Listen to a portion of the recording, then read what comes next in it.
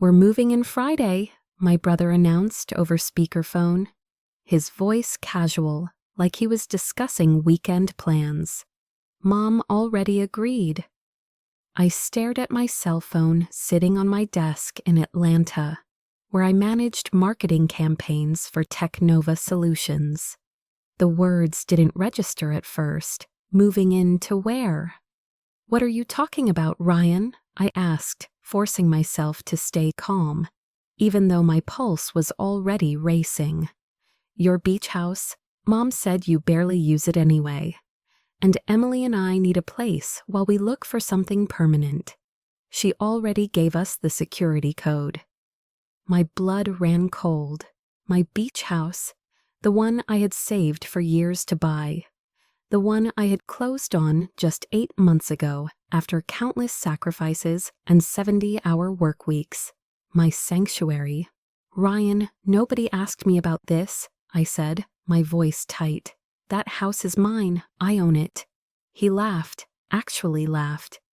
"Come on, Sarah, don't be like that. It's just temporary. Mom said you'd understand. Family helps family, right?" I hung up without another word, my hands shaking. I immediately grabbed my laptop and opened the security app for the house. I had installed a comprehensive alarm system 3 months earlier after a series of break-ins in the neighborhood. The motion sensors, cameras, everything was state-of-the-art. My name is Sarah, and at 28, I had worked harder than most people, twice my age to get where I was. I started in marketing right out of college, took every extra project, worked until my face hurt from smiling, and saved every penny I could. 5 years ago, I bought my first rental property, then another, then another. The beach house in Myrtle Beach, South Carolina, was supposed to be mine. Not an investment, not a rental. Mine. My phone buzzed. "Mom." "Sarah, honey, Ryan told me you were upset." She started before I could even say hello. "I don't understand why you're making such a big deal about this. He's your brother. He needs help." "He needs to ask me first," I said, my jaw clenched. "It's my house, Mom, not yours to give away." "Don't be selfish," she snapped. And there it was, the tone that had followed me my entire life. "You have so much and Ryan is struggling. His lease is up and they need somewhere to stay. You're hardly ever there anyway." That wasn't the point. The point was that nobody had asked. Nobody had considered that maybe I wanted to use my own property, that maybe I had plans, that maybe I deserved to be consulted about my own house. "Mom, the answer is no. He can't move in." "Well, it's too late now. I already gave him the code, and they're packing as we speak. Ryan said they'll be there Friday afternoon." I closed my eyes, trying to steady my breathing. This was classic. My whole life, Ryan had been the one who needed saving. Failed business ventures, credit card debt, job hopping. And every single time, Mom swooped in to fix it, usually at my expense. When I was 16, she borrowed the $3,000 I had saved from my part-time job to help Ryan pay off his car loan. He was 20 and had wrecked his credit. I never saw that money again. When I graduated college, she asked me to co-sign an apartment lease for him because his credit was still terrible. I refused, and she didn't speak to me for 2 months. "Mom, if Ryan shows up at that house, I'm calling the police." "You wouldn't dare," she said, her voice dropping to something cold. "He's your brother, Sarah, your own flesh and blood. What kind of person threatens their family with police?" "The kind who's tired of being walked over," I said, and hung up. I sat there in my office, surrounded by campaign mock-ups and client presentations, feeling that old familiar knot in my stomach, the one that appeared whenever my family decided what I should do with my life, my money, my time. but something felt different this time. Maybe it was the fact that I had actually achieved something significant. Maybe it was the exhaustion of always being the responsible one, the one expected to sacrifice. Maybe it was just that I had finally reached my limit. I opened my security app again and changed all the access codes. Then I enabled the trespassing alert protocol. If anyone tried to enter without authorization, the system would automatically record video, sound an alarm, and send alerts to both my phone and the local police department. My phone buzzed again. This time it was Ryan. "What the hell, Sarah? The code doesn't work." "That's because I changed it." "Why would you do that? We're already on the road. We have a U-Haul full of our stuff." "Then you should turn around. I never gave you permission to move into my house." "Mom said." "Mom doesn't own the house, Ryan. I do, and I'm telling you no." There was a long pause. When he spoke again, his voice had an edge to it. "You're being ridiculous. We're coming anyway. We'll figure it out when we get there." The call ended. I stared at my phone screen, my heart pounding. They were coming anyway. Of course, they were, because in my family, my boundaries had never mattered. My wants had never mattered. I was just supposed to be grateful to help, to give, to accommodate. I pulled up the security footage from the house, checking that everything was functioning properly. The cameras covered every entrance. The motion sensors were active. The police alert was set. Part of me hoped they would see reason, that Ryan would call back and apologize, that Mom would realize she had overstepped. But I knew better. My coworker Jessica knocked on my office door. "Hey, you okay? You look stressed." I managed a weak smile. "Family stuff." "Ah," she said knowingly. "Say no more. Coffee, please." As she left, I looked back at my computer screen.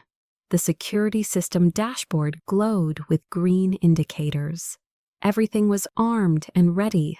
I had worked too hard, sacrificed too much, to let anyone, even family, just take what was mine.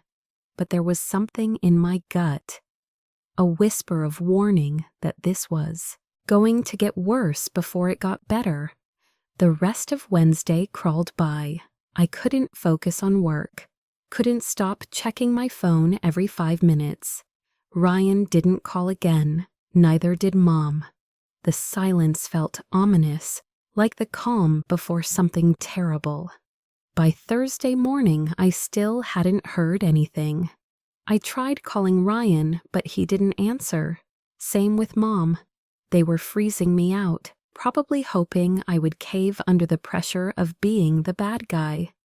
It was an old tactic, one they had used successfully for years. When I was 23, fresh out of college and barely making ends meet, Mom had called me crying. Ryan had gotten fired from another job and couldn't make rent. Could I help just this once? I had given her $800 I desperately needed for my own bills. I ate ramen for 6 weeks and picked up extra freelance work to make up the difference. Ryan never thanked me. He never even acknowledged it had happened. The pattern repeated itself over and over. My graduation money went to Ryan's security deposit. My small inheritance from our grandmother went to Ryan's credit card debt that he swore he'd pay back. He never did. And when I finally started setting boundaries, I became the selfish one, the heartless sister who didn't care about family. Thursday afternoon, my phone finally rang. Unknown number. "Hello, is this Sarah?" A woman's voice, unfamiliar. "Yes, who's this?" "This is Emily, Ryan's girlfriend." I had met Emily twice, maybe 3 times over the past year. She seemed nice enough, but I didn't really know her. We had never had a real conversation beyond pleasantries at family dinners. Hi, Emily, what's up? Look, I need to talk to you about this house situation. Her voice was strained, nervous. Ryan told me what's going on, and I just want you to know that I didn't know he hadn't asked you first. I sat up straighter. You didn't? No, he told me you had offered the place to us while we looked for an apartment. He said you were happy to help out. She paused, but then he mentioned the code wasn't working, and when I pressed him about it, he finally admitted you never actually agreed to any of this. Relief flooded through me, quickly followed by anger. Of course Ryan had lied. Of course he had manipulated the situation to make himself look better. Emily, I appreciate you calling, I said carefully. But yeah, nobody asked me. I found out when Ryan called and told me they were moving in. I'm so sorry, she said, and she sounded genuinely distressed. I told him we should just find something else, but he's insisting we go through with it anyway. He says you're overreacting and that you'll come around once we're actually there. My blood pressure spiked. That's not going to happen. I know, I get it. It's your house. She hesitated. But he's not going to back down. He's been telling everyone you're being selfish, and your mom is backing him up. They're already planning to show up tomorrow. If they show up, the police will be called automatically, I said flatly. I have a security system with trespassing alerts. There was a long silence on the other end. Seriously? Seriously. Wow. She let out a breath. Okay, I'm going to try to talk him out of this. But Sarah, you should know that he's really mad. He's saying things about how you've always thought you were better than him. How you flaunt your success while he struggles. I laughed bitterly. I worked for what I have. He's had just as many opportunities. I know, Emily said quietly.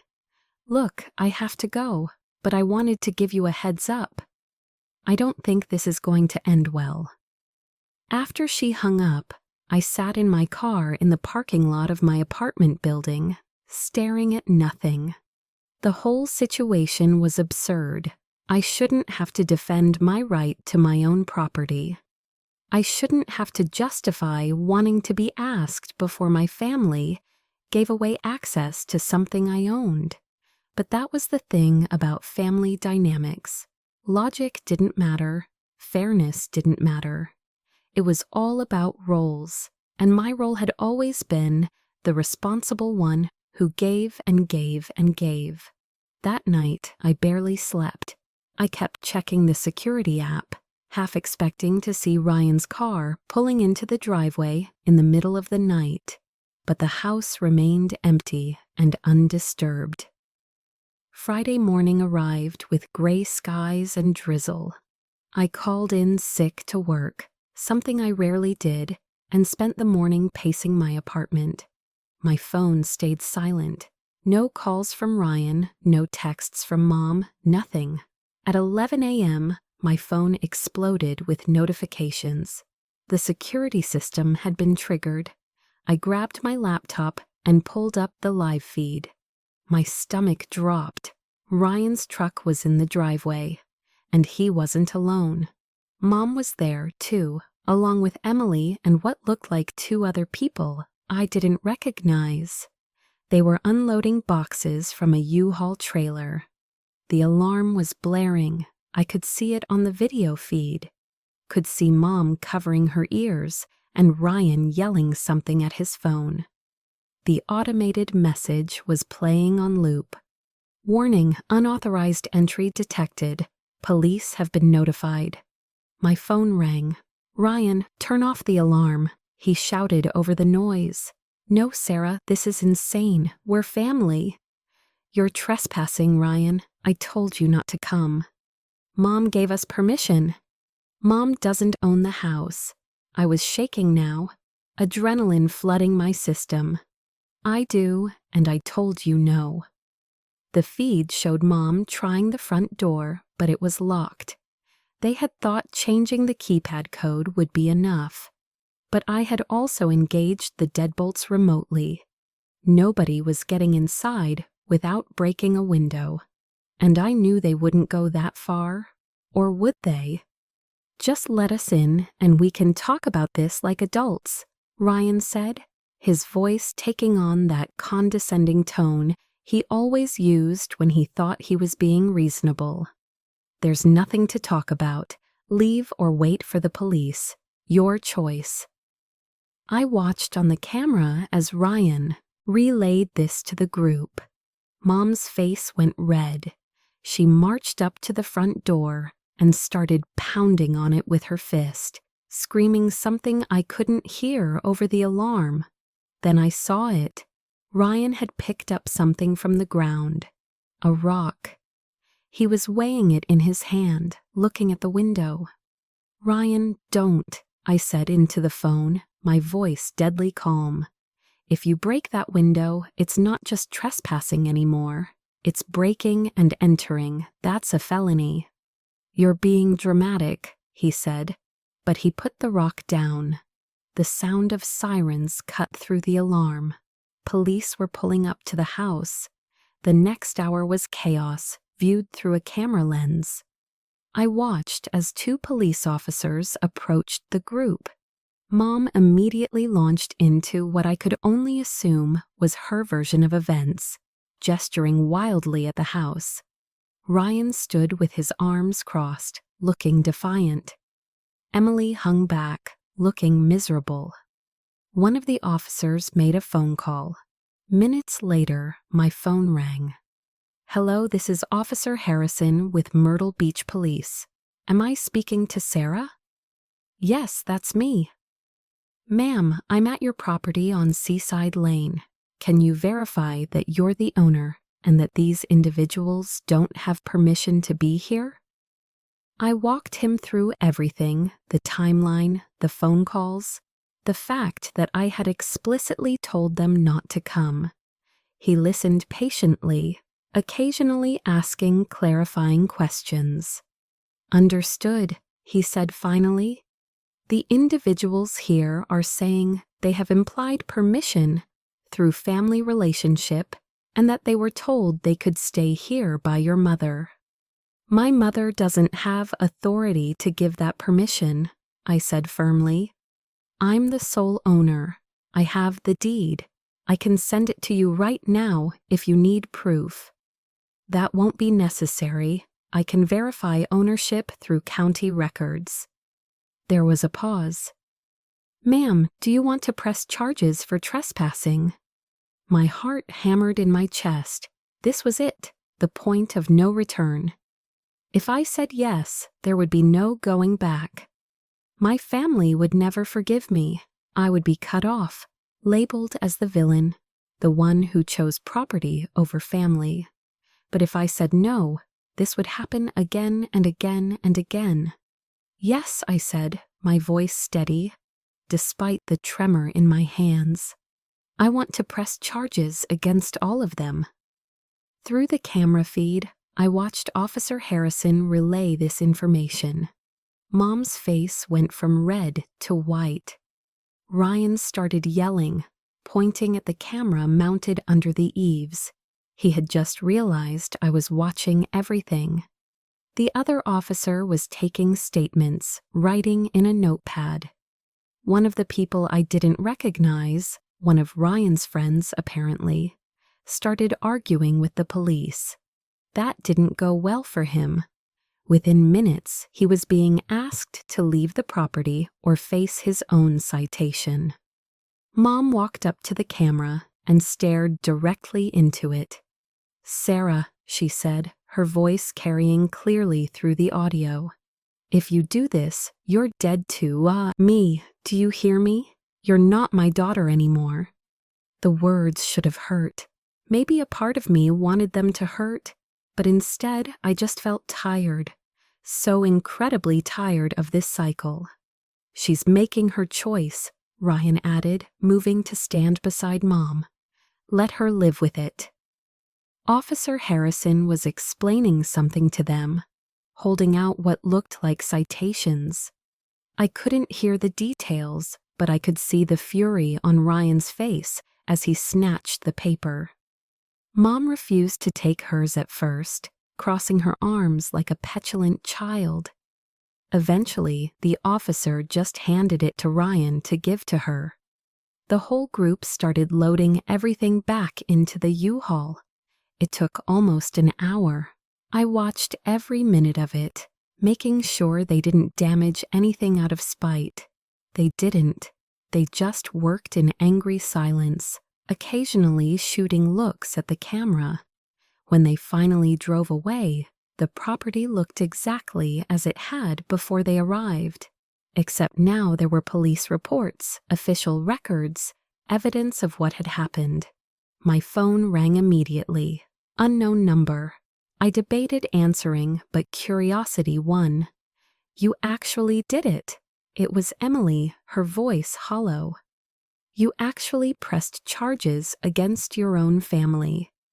"They committed a crime," I said quietly. "I gave them every chance to turn around. Ryan is saying he's going to sue you, that you have plenty of room and you're just being vindictive. He can try. Property law is pretty clear. Your mom is hysterical.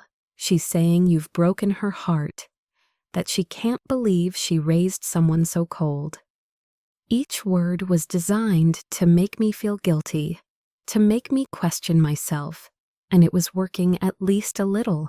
My chest felt tight. My throat burned with unshed tears. "Emily, why are you calling me?" I asked. "Because I wanted you to know what you've done to them, what this is going to cost." "What about what they did to me?" I shot back. Did anyone stop to consider that? Did anyone care that they were stealing from me? It's not stealing when it's family. "Yes, it is," I said firmly. "That's exactly what it is." She hung up. I sat on my couch staring at my laptop screen, showing the empty driveway. The alarm had been silenced. The property was secure. Everything was back to normal, except nothing would ever be normal again. My phone buzzed with a text. It was from a number I didn't recognize, but the message made it clear who it was from. "You'll regret this. Family doesn't forget." Then another text, this time with a photo. It was a screenshot from social media. Ryan had posted a long rant about his heartless sister who had called the police on her own family for trying to stay in her vacant beach house. The post was already full of comments from relatives and family friends, most of them condemning me. "Can't believe Sarah would do this. Family should come first. She has so much and won't share anything. Ryan is such a good guy. He doesn't deserve this treatment." Only one person had defended me. My cousin Lila, who commented, "There are two sides to every story. Maybe ask why this happened before judging." She was immediately attacked in the replies. I closed the app and set my phone face down on the coffee table. My hands were shaking. This was exactly what I had known would happen. I was being crucified in the court of family opinion, painted as the villain when all I had done was protect what was mine.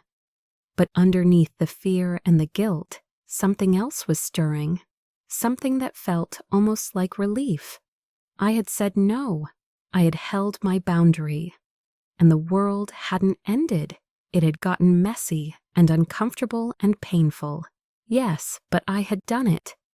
I pulled up my security app one more time, checking that everything was locked down tight. Then I enabled the vacation mode, which would send me alerts for any activity at all, even animals passing through the yard. Because I knew this wasn't over. Ryan wasn't the type to let things go. And Mom, she would see this as a betrayal that needed to be punished. But I had something they didn't. I had documentation, security footage, police reports, property deeds with my name on them and nobody else's. And I had finally found the courage to stop setting myself on fire, to keep them warm. Whatever came next, I would face it, because for the first time in my life, I had chosen myself, even if it cost me everything. The weekend passed in a blur of anxiety and anger. I kept my phone on silent, but I couldn't stop myself from checking it compulsively. The messages piled up. Aunts and uncles I hadn't heard from in years suddenly had opinions about my character. Cousins weighed in. Even my father's brother, who I had maybe spoken to 3 times in my entire life, sent me a lengthy text about family loyalty and forgiveness. Not a single one of them asked for my side of the story. By Monday morning, I had over 60 unread messages and 15 voicemails. I deleted them all without listening or reading. I couldn't function if I let their words into my head. Work was a welcome distraction. I threw myself into a product launch campaign for Technova Solutions, spending 12 hours at the office, refining copy and coordinating with the design team. Jessica noticed my intensity, but had the grace not to comment beyond offering to grab me dinner from the Thai place down the street. "You're working yourself to death," she said, dropping pad Thai on my desk at 8 p.m. "Whatever's going on, running from it won't help." "I'm not running," I said, even though we both knew that was exactly what I was doing. "I'm just focused." She gave me a look, but didn't push. Tuesday brought a new development. I received an email from a lawyer, not Ryan's lawyer, Mom's.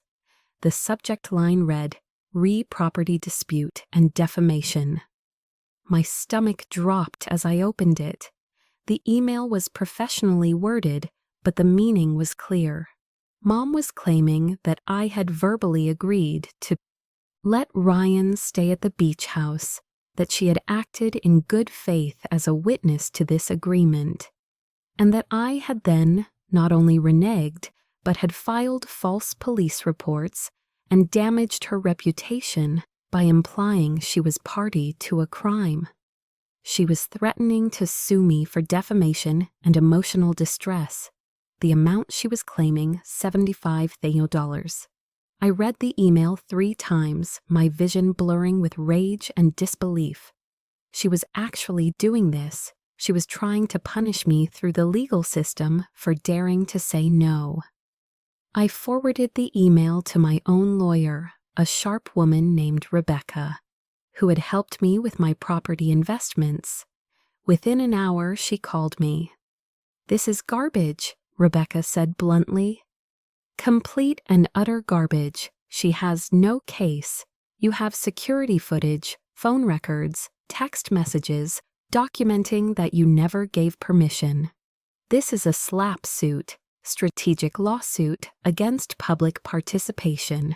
She's trying to intimidate you into backing down. Can she actually take me to court over this? She can file anything she wants.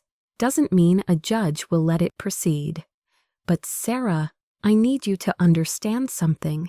Even a frivolous lawsuit costs money to defend.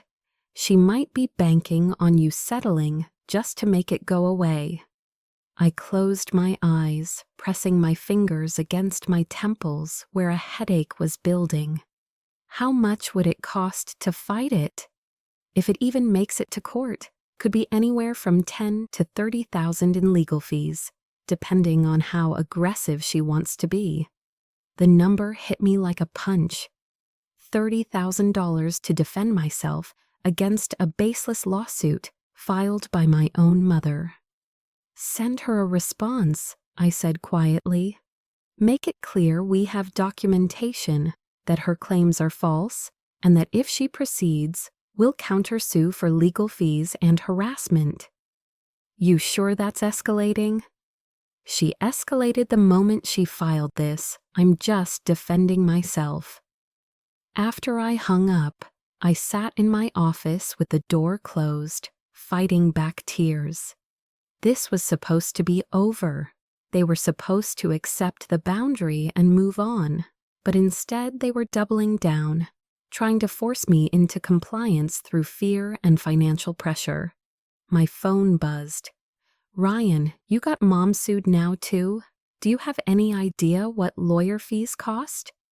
I stared at the text, fury building in my chest. The audacity, the absolute audacity of acting like I was the aggressor when they had literally tried to steal my house. I typed out a response. "I didn't get anyone sued. Mom filed a frivolous lawsuit against me. Tell her to drop it, or my lawyer will make this very expensive for her." His response came seconds later. "You're pathetic, threatening your own mother." I blocked his number. Then I blocked Mom's number. Then I went through and blocked every family member who had sent me a hateful message over the past few days. By the time I was done, my contact list looked decimated. Jessica knocked on my office door. "Hey, there's someone here to see you. Says she's your cousin." My heart sank. "Lila." "Yeah, that's her. Should I tell her you're busy?" I considered it. Lila had been the only one to defend me online. But that didn't mean I wanted to rehash everything in person. Still, she had driven all the way to Atlanta from wherever she lived now. I owed her at least a conversation. "No, it's fine. Send her in." Lila looked different than I remembered. She had cut her hair short and dyed it a vibrant red. She wore a leather jacket over a vintage band t-shirt and had an air of confidence that I didn't recall from our childhood. "Hey, Sarah," she said, her voice gentle. "I hope it's okay that I showed up unannounced. I tried calling, but it went straight to voicemail." "I've been blocking people," I admitted. "Sorry, come in, sit down." She closed the door behind her and settled into the chair across from my desk. For a moment, we just looked at each other. "You're getting crucified in the family group chat," she said finally. "It's brutal. They're talking about you like you're some kind of monster." "I know. Do you want to know what they're saying?" "Not particularly." She nodded slowly. "That's probably wise, but I wanted you to know that I don't believe their version of things. I know Ryan, I know your mom, and I know how they operate." Something in my chest loosened slightly. "Thank you. Ryan did the same thing to me 3 years ago," Lila continued. "Not with a house, but with my car. He borrowed it for just a day and kept it for 6 weeks. Racked up 3 parking tickets and returned it with the tank empty and a dent in the bumper. When I asked him to pay for the damage, he told everyone I was being unreasonable and that he couldn't believe I'd prioritize money over family." I stared at her. I didn't know that. Nobody does because I didn't press the issue. I just fixed the car myself and stopped lending him anything. But I've regretted that ever since. I should have stood up to him. To all of them. She leaned forward. "You did the right thing, Sarah. I know it doesn't feel like it right now, but you did." Tears pricked at my eyes. I blinked them back. "Mom's suing me. Did you know that?" Lila's eyes widened. "What? For what?" "Defamation, emotional distress, complete nonsense according to my lawyer. But it's still going to cost money to fight." "Of course it is." Lila shook her head in disgust. That's exactly the kind of petty, vindictive move she'd make. She can't control you, so she's trying to punish you. "It's working," I said quietly. "I feel like the worst person in the world." That's what they want. They want you to feel so guilty that you cave and apologize and go back to being their doormat. She reached across the desk and squeezed my hand. Don't give them that satisfaction. We talked for another hour. Lila filled me in on other family dynamics I hadn't known about. Ryan borrowing money from our grandmother before she died and never paying it back. Mom guilt-tripping our uncle into giving her his old car for Ryan when he turned 16. The way they had systematically isolated anyone who didn't fall in line with their version of events. By the time she left, I felt less alone, but I also felt something else. Anger. Not the hot, immediate anger from Friday. This was something colder, more calculating. They wanted to play hardball. Fine, I could play hardball. That evening, I sat down at my kitchen table with my laptop and started documenting everything. Every instance I could remember of financial abuse, every guilt trip, every manipulation. I went through old text messages, emails, bank statements. I compiled it all into a detailed timeline that stretched back almost 10 years. The picture it painted was damning. Over the past decade, I had given my family over $42,000, not loans, gifts, because Ryan needed help, because Mom was stressed about bills, because they were family and family helped each other. In that same time frame, Ryan had borrowed my car and returned it damaged 3 times. He had used my credit card without permission to buy concert tickets. He had asked me to co-sign loans that I refused, resulting in months of silent treatment. And Mom had consistently taken Ryan's side in every conflict. When I expressed frustration about always being the one asked to help, she told me I was being selfish. When I set boundaries about money, she said I was being greedy. When I finally bought my beach house, she made comments about how I was showing off my success while Ryan struggled. I had normalized all of it, convinced myself that this was just how families worked, that my resentment was petty, and that I should be grateful I had the means to help. Looking at it all laid out in black and white, I realized something crucial. This wasn't love.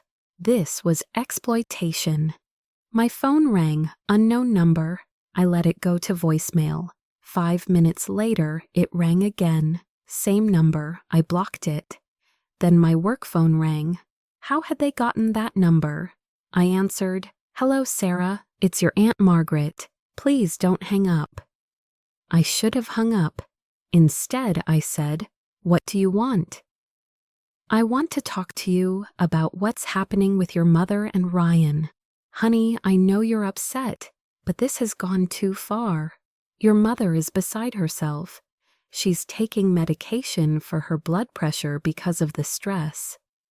Then maybe she shouldn't have filed a fake lawsuit against me.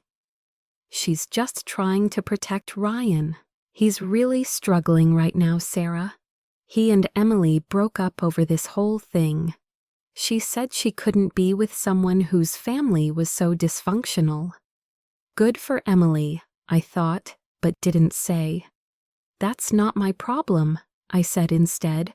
Ryan made his choices. But your family, you're supposed to forgive. You're supposed to help each other through hard times. I'm done helping people who only take and never give back.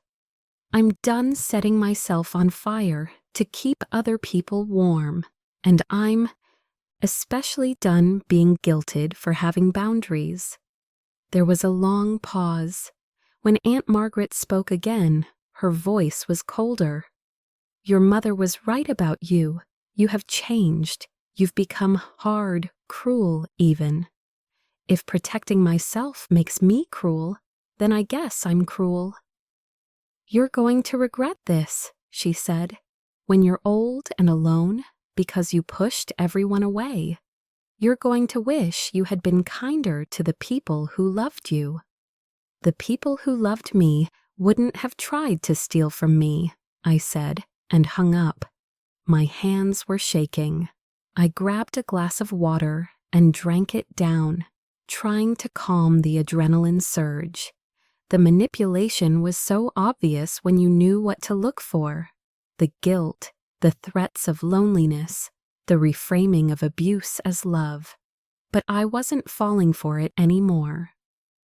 Wednesday morning, I received an email from Rebecca.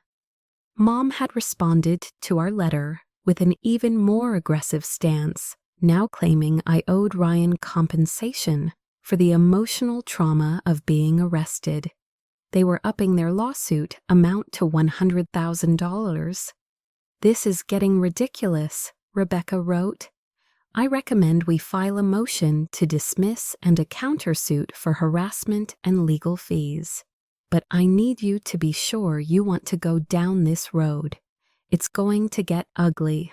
I wrote back, "Do it, all of it." That afternoon, I got a call from Myrtle Beach Police. The officer identified himself as Detective Brooks. "Miss Sarah, I'm calling regarding the trespassing incident from last Friday. There's been a development I need to make you aware of." My pulse quickened. "What kind of development?"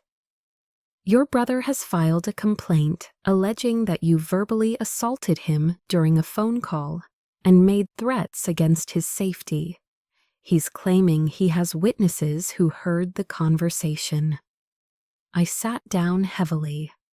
"That's completely false. I have recordings of our conversations. I never threatened him." "You have recordings?" "Yes, I started recording all interactions with my family after they became hostile.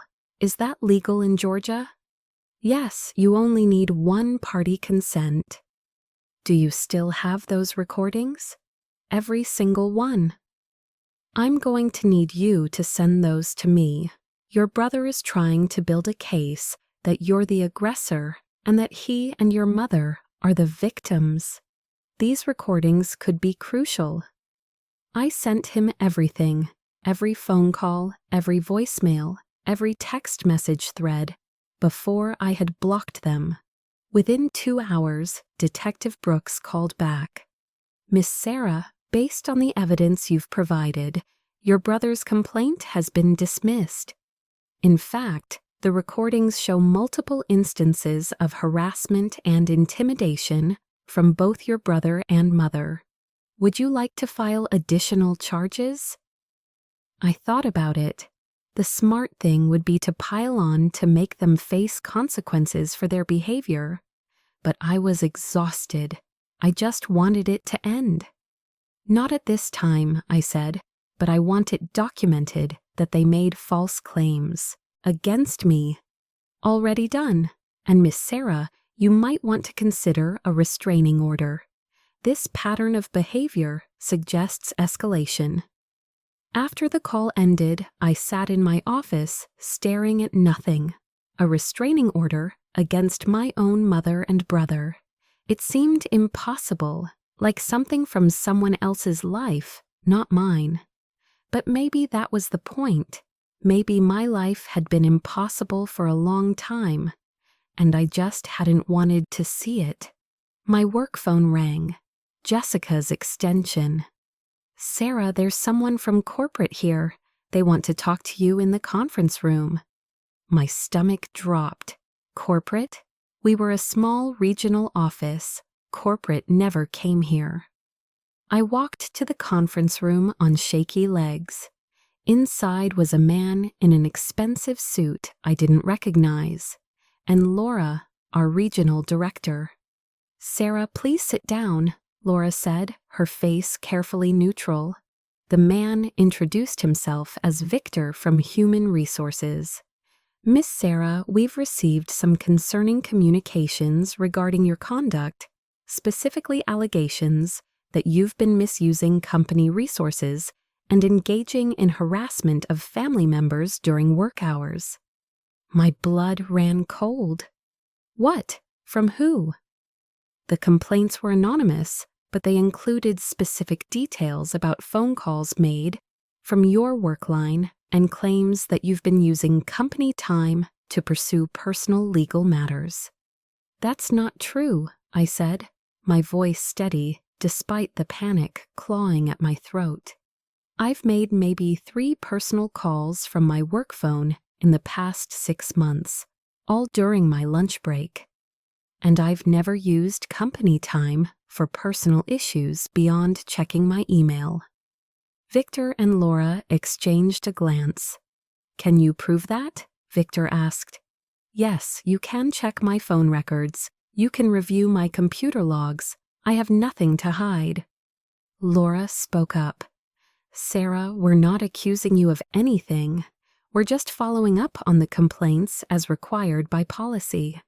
But I have to ask, is there some kind of family situation we should be aware of? I made a split-second decision. Tell them everything or try to minimize it. I chose honesty.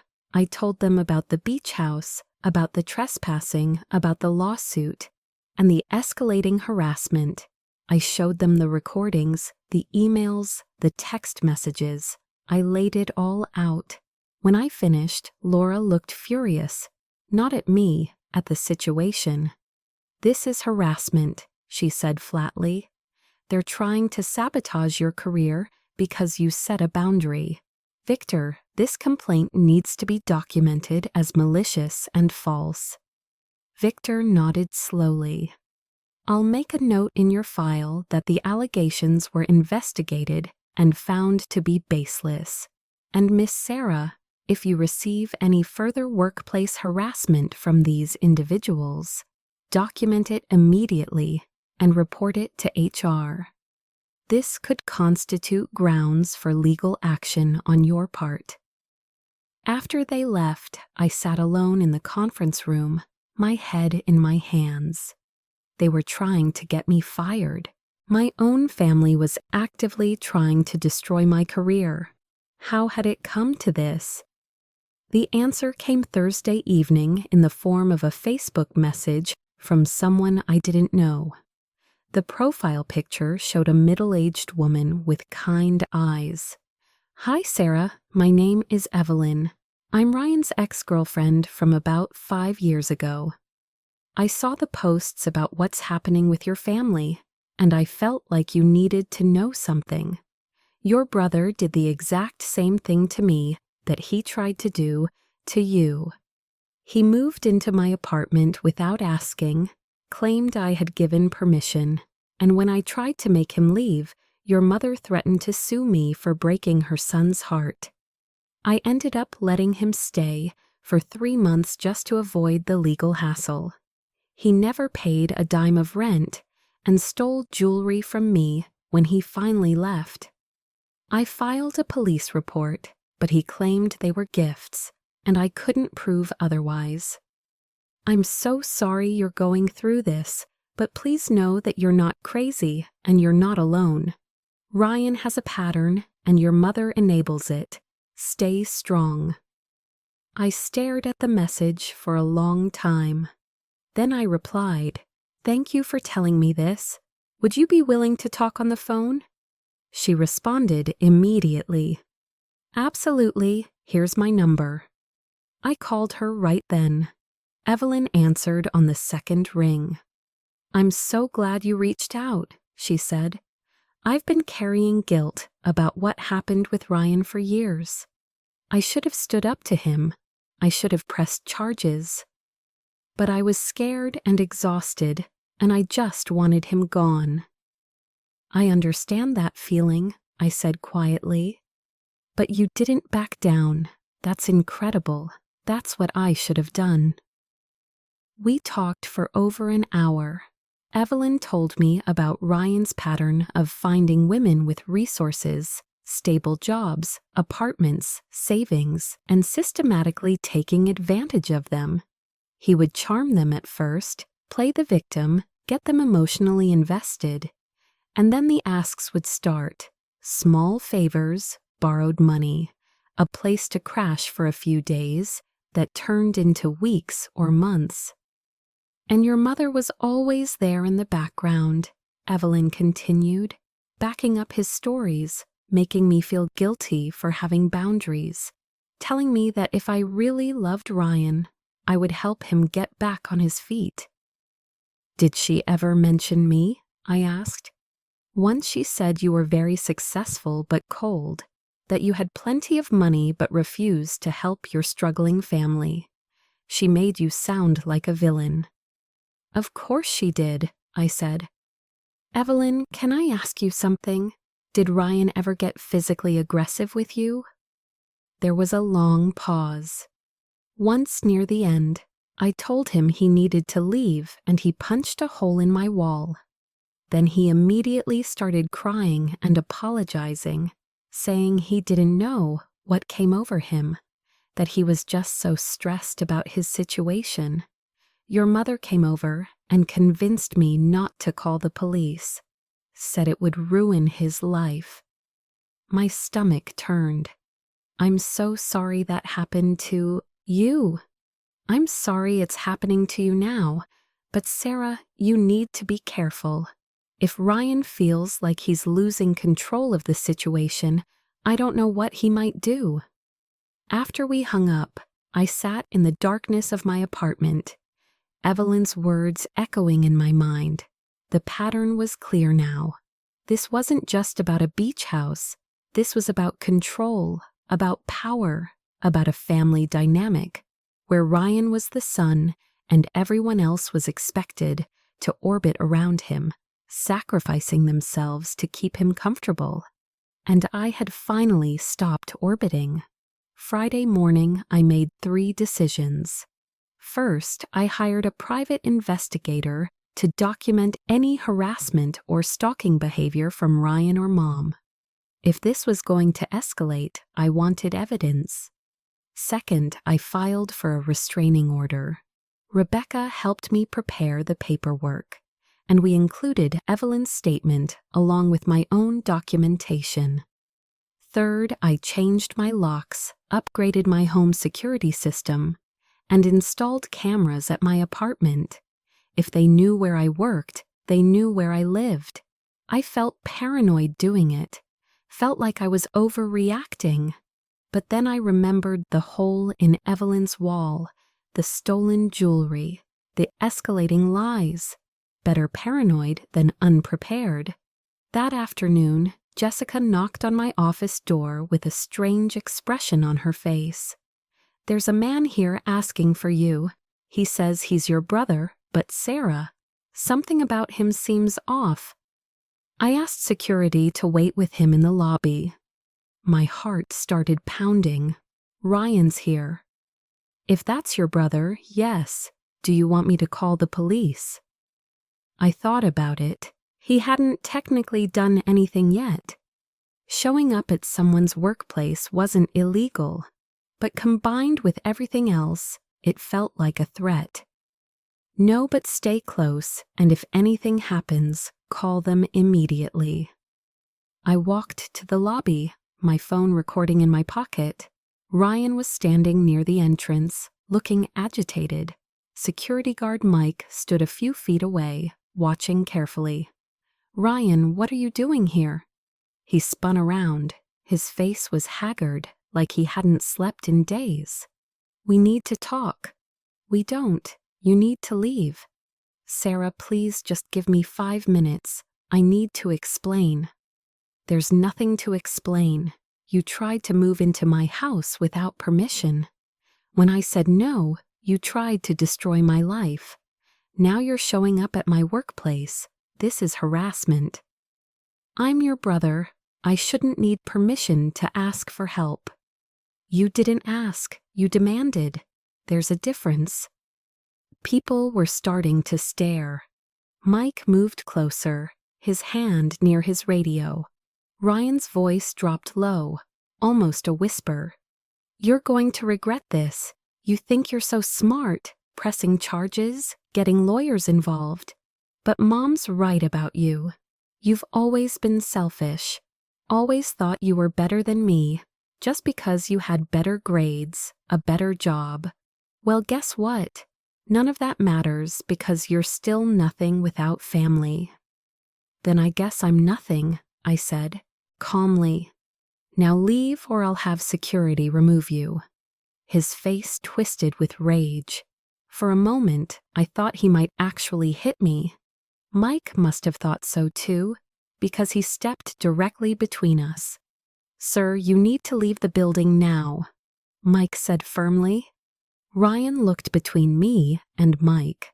Then suddenly, his expression changed. The anger melted into something that looked almost like tears. "I'm sorry," he said, his voice breaking. "I'm sorry, Sarah. I didn't mean any of that. I'm just so stressed, and Mom's been on me constantly, and everything's falling apart. Can we please just talk like family?" It was masterful. The sudden shift from threat to vulnerability, the tears, the plea for understanding. If I hadn't spent the last week documenting his pattern of manipulation, I might have fallen for it. "No," I said, "we can't. You need to leave." He stared at me for a long moment, and I saw the mask slip just for a second. The tears vanished. His eyes went cold and hard. Then he turned and walked out. Mike waited until Ryan's truck pulled out of the parking lot before speaking. "Miss Sarah, I'm writing up an incident report. That man shouldn't be allowed back on the property." "Thank you, Mike." Back in my office, I forwarded the recording to Rebecca and Detective Brooks. Then I added a note to my restraining order application. Subject showed up at my workplace and made implicit threats. My phone buzzed, a text from an unknown number. "You haven't won? This isn't over." I screenshotted it and added it to the evidence file because Evelyn was right. This was far from over. But I was ready now. I had documentation. I had witnesses. I had a paper trail that showed exactly who the aggressor was. And most importantly, I had finally stopped caring whether they loved me, because whatever they felt, it wasn't love. It never had been. The restraining order hearing was scheduled for the following Wednesday. Rebecca prepared me thoroughly, walking me through what to expect, what questions might be asked, how to stay calm under pressure. "The judge will want to see clear evidence of harassment and a credible threat," she explained over coffee. Tuesday evening. "You have both. The recordings alone are damning, but be prepared for your mother and brother to paint themselves as victims." "I know they will. That's what they do." "Good. Remember that. Don't let them rattle you." That night, I barely slept. I kept running through scenarios in my head, imagining all the ways it could go wrong. What if the judge didn't believe me? What if Mom's lawyer was better? What if I froze up on the stand and couldn't articulate what had happened? Wednesday morning arrived gray and cold. I dressed in a conservative navy suit, pulled my hair back into a neat bun, and drove to the courthouse with my hands gripping the steering wheel so tight my knuckles went white. Rebecca met me outside. "You look professional and put together. That's good. Remember, we're not trying to win a popularity contest. We're presenting facts." Inside the courtroom, I spotted Mom and Ryan sitting with their lawyer on the opposite side. Mom wore a floral dress and had clearly been crying. Her eyes were red and puffy. Ryan sat beside her in an ill-fitting suit, his jaw clenched. When he saw me, his expression darkened. The bailiff called the courtroom to order. Judge Ellis entered, a stern-looking woman in her 60s with sharp eyes that seemed to miss nothing. Case number 2347, Sarah petitioning for restraining orders against Ryan and Deborah. Will the petitioner please approach? I stood, my legs shaky. Rebecca squeezed my shoulder briefly before I walked to the witness stand. Judge Ellis studied me over her reading glasses. "Miss Sarah, please state your relationship to the respondents." "Deborah is my mother. Ryan is my brother. And you're seeking restraining orders against both of them. Tell me why." I took a breath and began. I walked through the timeline, starting with Ryan's phone call announcing he was moving into my beach house. The judge's expression remained neutral, but she took notes as I spoke. When I got to the part about them showing up, despite my explicit refusal, she interrupted. "Do you have documentation of this refusal?" "Yes, Your Honor, phone records, text messages, and security camera footage." Rebecca handed over a binder we had prepared. Judge Ellis flipped through it, her eyes scanning the pages. When she reached the security footage stills, clear images of Ryan, Mom, and their friends unloading boxes while the alarm blared, she paused. These individuals knew they didn't have permission to be on the property. "Yes, Your Honor. I told them repeatedly not to come. They came anyway." "Continue." I detailed the harassment that followed, the threatening messages, the fake complaints to my employer, Ryan showing up at my workplace, the escalating lawsuit demands. With each revelation, I provided documentation, screenshots, recordings, witness statements. When I mentioned Evelyn and her similar experience with Ryan, Mom's lawyer objected. "Your Honor, this is hearsay about unrelated incidents that have no bearing on the current case." Judge Ellis looked unimpressed. "I'll allow it. Pattern of behavior is relevant in determining credibility and threat level. Continue, Miss Sarah." I finished by describing Ryan's appearance at my office, the veiled threats, the way his demeanor had shifted from rage to false tears and back again. I played the recording. The courtroom was silent as Ryan's voice echoed through the speakers. "You're going to regret this. You're still nothing without family." When it ended, Judge Ellis set down her pen. "Thank you, Miss Sarah. Please remain available. I'd like to hear from the respondents now." Mom's lawyer called her to the stand first. She walked up slowly, dabbing at her eyes with a tissue. "Mrs. Deborah, can you tell the court your version of these events?" Mom's voice was soft, trembling. "Your Honor, I don't understand how we got here. All I did was try to help my son. Ryan needed a place to stay, and Sarah had this beautiful house sitting empty. I thought I was doing the right thing, helping family." "Did your daughter give you permission to grant access to her property?" "Well, not in so many words, but I thought it was understood. Family helps family. I raised her to believe that." "Did she ever explicitly tell you not to allow anyone to stay there?" Mom hesitated. "She was upset when Ryan first mentioned it, but I thought she'd come around. She always does when she calms down." "That's not what I asked. Did she tell you no?" Another pause. "She said she wanted to think about it." Rebecca stood. "Your Honor, we have recordings that directly contradict this testimony. The petitioner stated clearly multiple times that permission was denied." Judge Ellis nodded. "I've reviewed those recordings. Mrs. Deborah, I'm going to ask you directly. Did your daughter say the words, 'No, or you can't move in,' or anything similar?" Mom's face flushed. She might have said something like that, but she didn't mean it. She was just being dramatic.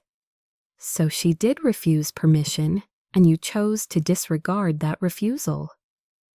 "I was trying to keep the peace in our family. Ryan needed help, and Sarah wasn't being reasonable."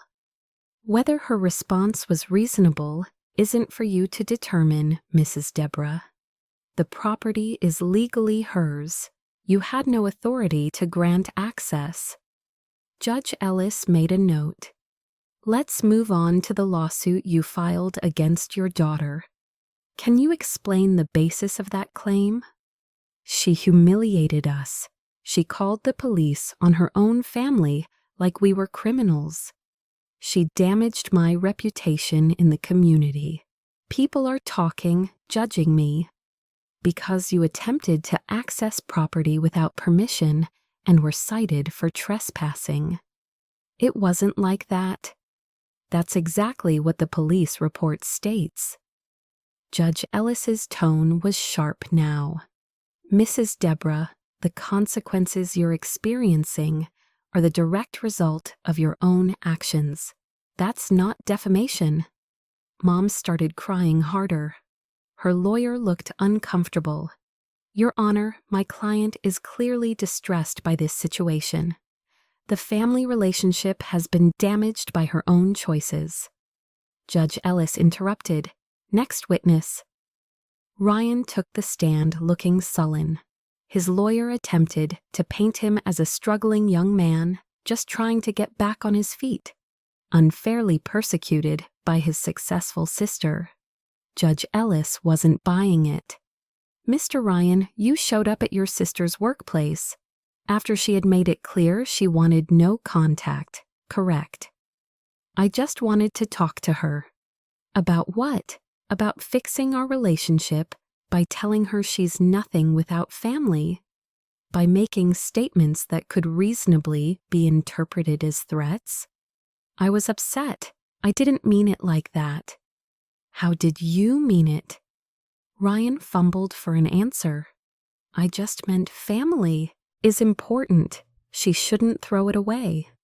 She didn't throw anything away, Mr. Ryan. She set a boundary, and you and your mother violated it repeatedly. Then when she enforced that boundary, you retaliated with harassment and intimidation. Judge Ellis shuffled her papers. I've seen enough. My heart was pounding as everyone returned to their seats. Judge Ellis took a moment to review her notes before speaking. I'm granting the restraining orders, she said flatly. Both Ryan and Deborah are prohibited from contacting Sarah directly or indirectly, coming within 500 feet of her residence or workplace, or making any posts on social media that reference her. These orders will remain in effect for 2 years, at which point they can be reviewed for extension. Mom gasped. Ryan's face went red. Furthermore, Judge Ellis continued, I'm dismissing the defamation lawsuit filed by Deborah as frivolous and without merit. Miss Sarah, you may file for recovery of legal fees if you choose. We will, Your Honor, Rebecca said. One more thing. Judge Ellis looked directly at Ryan. The recording played today contains what could be interpreted as threatening language. I'm referring this matter to the District Attorney's Office for review of potential charges. Do you understand? Ryan's lawyer stood quickly. Your Honor, my client's statements were made in emotional distress. That's for the DA to determine. This hearing is concluded. The gavel came down.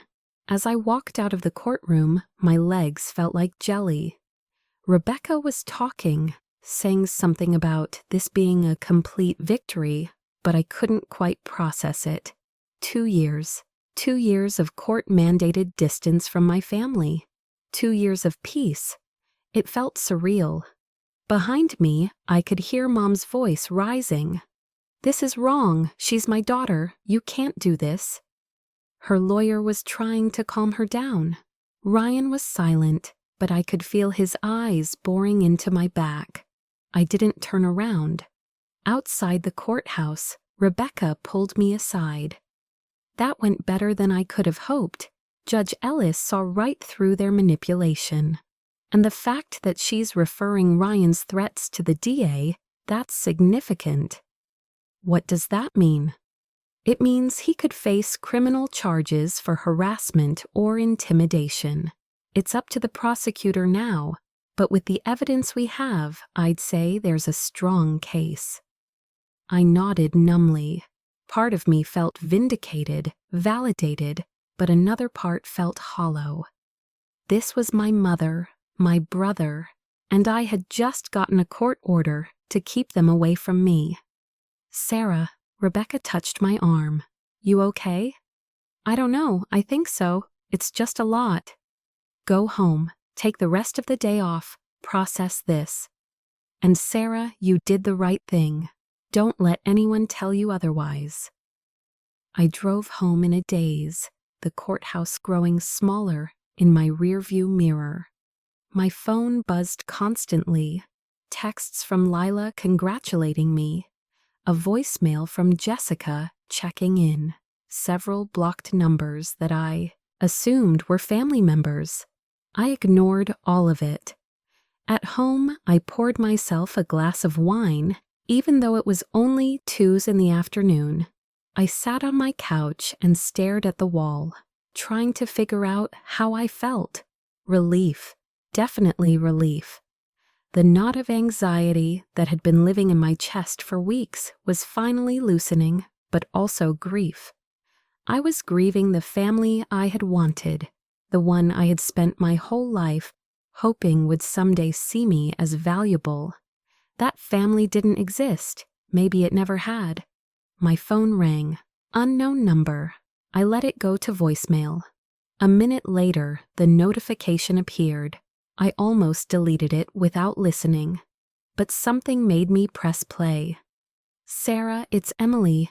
I know I'm probably the last person you want to hear from, but I needed to tell you something. Ryan and I broke up for good this time. After everything that happened, I started seeing him differently. The way he talked about you, the things he said, it scared me. I realized that if I stayed, eventually I'd be in your position. So I left. I wanted you to know that you were right to stand up to him. And I'm sorry I didn't believe you sooner. Take care of yourself. I saved the voicemail, added it to my evidence file because even though the restraining order was granted, I knew better than to think this was truly over. The next few days were quiet, suspiciously quiet. No texts from blocked numbers, no surprise visitors, no anonymous complaints to my employer. It was like the restraining order had actually worked. On Saturday, I drove to Myrtle Beach to check on the beach house. I hadn't been there since before the whole incident, and I needed to see it, needed to reclaim it as my space. The house looked exactly as I'd left it, peaceful, beautiful. The ocean stretched out beyond the deck, waves rolling in, steady and eternal. I walked through each room, touching the furniture, opening windows to let in the salt air. This was mine. I had earned it, and nobody had the right to take it from me. I spent the night there, sleeping soundly for the first time in weeks. Sunday morning, I sat on the deck with coffee and watched the sunrise, feeling something shift inside me. I wasn't just surviving anymore. I was reclaiming my life. Monday brought news from Rebecca. The DA's office had reviewed the case and decided to press charges against Ryan for criminal harassment. He would be arraigned next month. They're also looking into the false report he filed about you making threats, Rebecca added. Filing false police reports is a crime in South Carolina. He could face jail time. How much time? Depends on the charges and his record. Probably not much for a first offense, but it'll be on his record. And if he violates the restraining order, the penalties get much steeper. That same afternoon, I received an email from Mom's lawyer. They were dropping the defamation lawsuit entirely and offering to pay my legal fees to date, approximately $12,000. They're trying to avoid the countersuit, Rebecca explained when I called her. If we push forward, they could end up owing significantly more.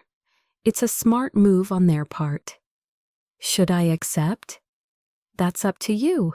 We could push for more, but it would mean more court appearances, more time invested. Personally, I'd take the money and walk away. You've already won everything that matters." I thought about it for maybe 10 seconds. Take it.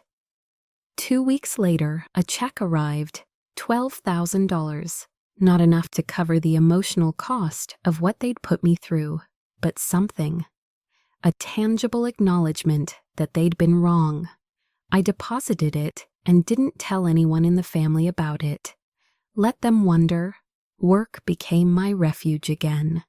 The product launch campaign was a massive success, bringing in 3 new major clients for Technova Solutions. My boss pulled me aside to congratulate me. "I know you've been dealing with a lot of personal stuff," he said, "but your work hasn't suffered at all. If anything, you've been even more focused. I'm putting you up for a promotion to senior director. You've earned it."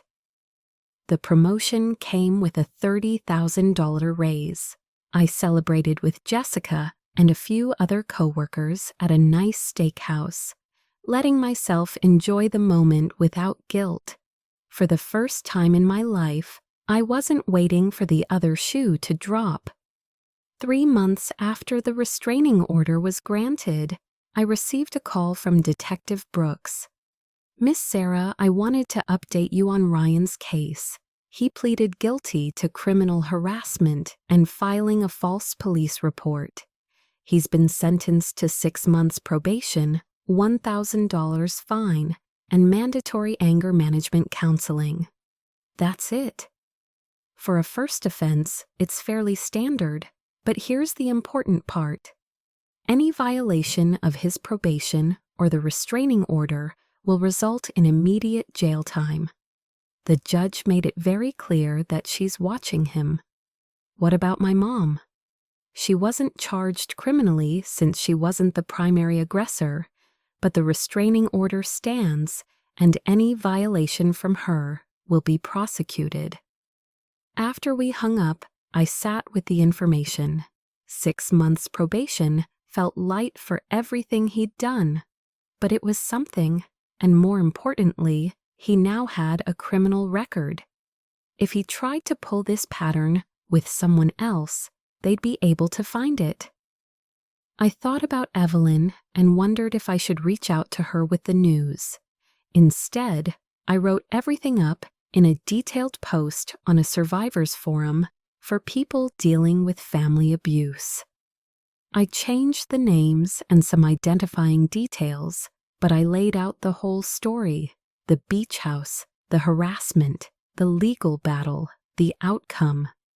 The responses came flooding in. "Thank you for sharing this. I'm dealing with something similar with my sister and needed to hear that standing up to family is possible. You're so brave. This gives me hope. I wish I had done what you did. Instead, I gave in, and now I'm still being manipulated 5 years later." Reading those messages, I realized that my story mattered. Not because it was unique. Unfortunately, it wasn't. But because it showed that you could survive setting boundaries with toxic family. You could come out the other side intact. Around that same time, I started seeing a therapist. Dr. Michelle specialized in family trauma and narcissistic abuse. She helped me understand the dynamics that had shaped my entire life, helped me see how I'd been conditioned to prioritize everyone's needs but my own. "You've been trained to equate boundaries with cruelty," she explained during one session. "That's not an accident, it's a control mechanism. As long as you felt guilty for having needs, they could keep taking from you. So how do I stop feeling guilty? You practice. Every time that guilt comes up, you examine it. Ask yourself, is this real guilt because I've done something wrong? Or is it conditioned guilt because I'm not performing the role they assigned me?" It helped. Slowly, gradually, the guilt started to loosen its grip. 6 months after the restraining order was granted, I got a message from Lila. She was getting married and wanted me at the wedding. Small ceremony, just close friends and family who actually matter, which means you're invited and Ryan isn't. Mom's losing her mind about it, but I don't care. This is my day, and I want you there. I went to the wedding. It was beautiful and small, held in a garden with about 30 people. I met Lila's fiancé, a warm and funny woman named Alex, who clearly adored her.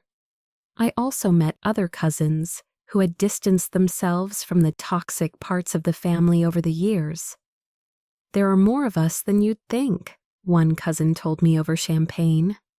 People who got tired of the drama and just quietly walked away. You're the first one who actually fought back legally, though. That took guts.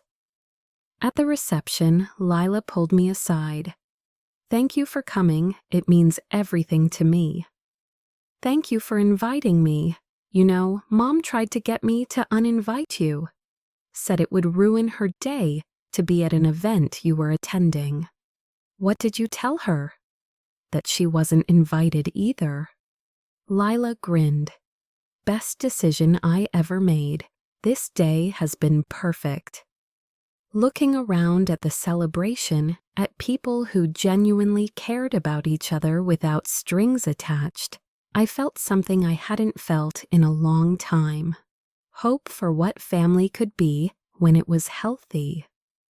A year after the courthouse showdown, I received a letter. Not from Mom or Ryan. They were still under the restraining order. This one was from my Aunt Margaret, the one who had called me cruel. The letter was handwritten, several pages long. In it, she apologized. She explained that she had always known Mom and Ryan's behavior was problematic, but she had been scared to speak up, scared of becoming their next target.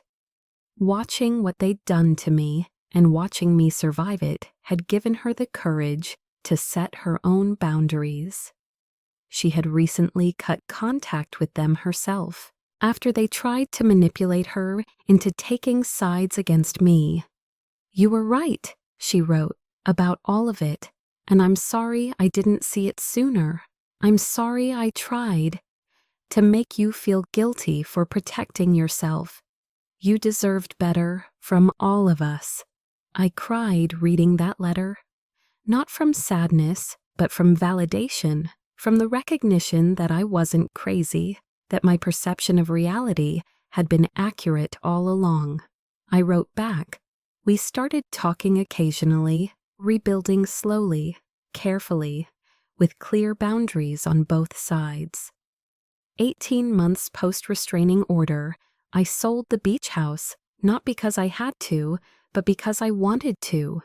It had served its purpose, proving I could achieve something significant on my own, but keeping it felt like holding on to a symbol rather than enjoying an asset. I used the profit to buy a small cabin in the mountains outside Atlanta, somewhere quiet, somewhere I could breathe, somewhere that had never been contaminated by family drama. The cabin became my sanctuary. I spent weekends there, hiking and reading and learning to be comfortable with silence. I started painting, something I hadn't done since high school. I adopted a rescue dog, a sweet mixed breed named Bailey, who followed me everywhere. I built a life that was mine and mine alone. Rebecca checked in occasionally, always professional, but with an undercurrent of friendship. How are you doing? Staying safe? I'm doing really well, actually. Good, you deserve it. You fought hard for your peace. The restraining order was set to expire after 2 years, but both Mom and Ryan petitioned to have it lifted early. Judge Ellis denied their request both times, noting that they had shown no genuine remorse or understanding of their behavior. The respondents continue to frame themselves as victims, she wrote in her denial. Until they demonstrate actual accountability, the protective order will remain in full effect. I didn't attend those hearings. I didn't need to. Rebecca handled everything, and the decisions spoke for themselves. Ryan struggled after his conviction. The criminal record made it harder for him to find decent jobs. He bounced around between low-paying positions, none of them lasting more than a few months. According to Lila, who still had some contact with extended family members, he blamed me for ruining his life. He never once acknowledged that his own choices had consequences. Mom fared slightly better professionally, but suffered socially. Word had spread through their community about what had happened, and many people quietly distanced themselves from her. Her church group became smaller. Friends stopped calling. She became increasingly isolated. Unable to understand why her version of events, that she was just trying to help her struggling son, didn't resonate with others. Aunt Margaret told me that Mom had tried to reconcile with her, but the conversation had devolved into Mom insisting she'd done nothing wrong and that I was still the problem. Margaret had walked away and hadn't spoken to her since. Both Ryan and Mom remained locked in their victim narratives, convinced that the world was unfair and that they had been persecuted for trying to help family. Neither of them ever acknowledged the theft, the harassment, the manipulation. To admit those things would require them to confront who they really were, and they simply weren't capable of that level of self-awareness. As for me, I thrived. The promotion led to another promotion. I became a senior director at 30, one of the youngest in the company's history. I mentored junior employees, sharing not just professional advice, but life advice about boundaries and self-worth. I dated casually, taking my time, refusing to rush into anything. I traveled to places I'd always wanted to see. Iceland, New Zealand, Ireland. I invested in more properties, building wealth, not to prove anything to anyone, but simply because I could. Most importantly, I learned to trust myself, to trust that my needs were valid, that my boundaries were reasonable, that choosing myself wasn't selfish, it was survival. Sometimes, late at night at the cabin with Bailey curled up beside me, I thought about that day in the courthouse. I thought about Judge Ellis's gavel coming down, about the look on Mom's face when the restraining order was granted, about the hollow victory that had felt so unsatisfying in the moment. But it hadn't been hollow at all. It had been the beginning of my real life, the life where I got to decide who had access to me, where I got to protect what I'd built, where I got to say no without guilt. I thought about the girl I'd been at 16, handing over $3,000 she'd saved because her mom asked. I thought about all the years of giving and sacrificing and setting myself on fire to keep others warm. And I was grateful to that girl for everything she'd endured. But I was even more grateful that I wasn't her anymore. The journey to get here had cost me a family, but what I'd gained was something far more valuable. Myself, my peace, my power, my understanding that love without respect isn't love at all. It's just control wearing a prettier name. I kept the security footage from that day they tried to move in. Sometimes I watched it, reminding myself that I had been right to stand firm, that I had nothing to feel guilty about, that protecting myself had been the most important thing I'd ever done. The restraining order would expire eventually. When it did, I knew there was a chance they'd try again, try to worm their way back in with apologies or sob stories or new manipulation tactics. But I also knew something else. I would never let them in again. I had learned that lesson too well, paid for it too dearly. Some bridges once burned should stay burned. And I was finally genuinely okay with that.